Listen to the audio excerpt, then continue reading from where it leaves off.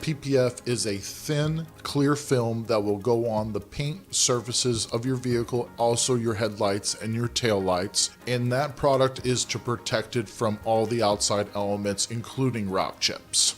When we cut our PPF products, what we use is a plotter where we can apply the year, make, and model to make sure each cut is precise. In some areas, the plotter might not precisely be able to cut a specific area, and our guys have to become surgeons and hand cut the product to fit perfectly. As we lay the PPF down, we use a soapy water so it starts to adhere to the clear coat, and what we will do is squeegee the water out so that any bubbles, rifts, or tears come out of the PPF and adheres to the clear coat directly. Yes, our guys really have to be perfectionists, maybe even a little bit OCD, to make sure we get the precise cuts that we're looking for.